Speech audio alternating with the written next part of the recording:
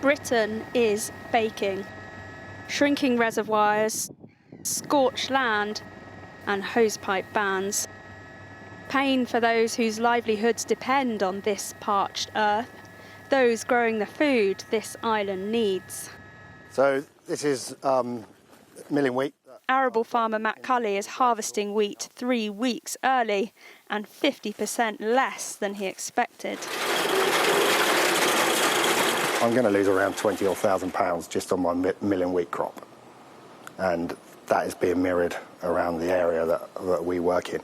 We've got very expensive fertiliser bills for next year already. How's that going to get paid for? Those are the real questions that we're asking ourselves. And do we ultimately not even think about planting this autumn for next year because we haven't got the money to invest? It means food price rises are likely and shortages down the line not being ruled out.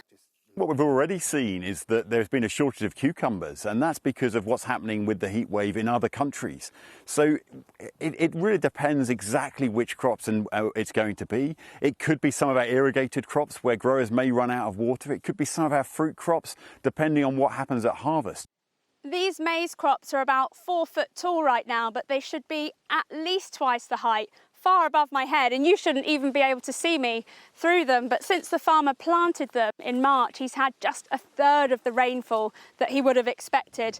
And these lower leaves should be bright green, but have withered to a crisp. And of course, it's a problem much bigger than just this field.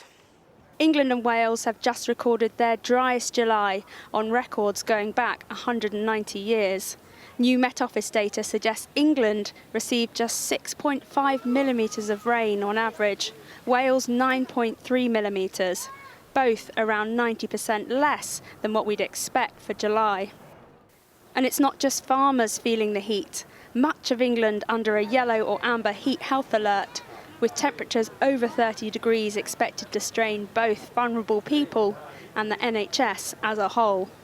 Well, we have a major capital investment programme underway now across the NHS, and of course we're now having to look at making sure the new neighbourhood health centres, new hospital building programmes is all building in the ability to respond to high heat temperatures. This is also about prevention and in the community, making sure that all of us know to look out for elderly relatives, for those who are vulnerable.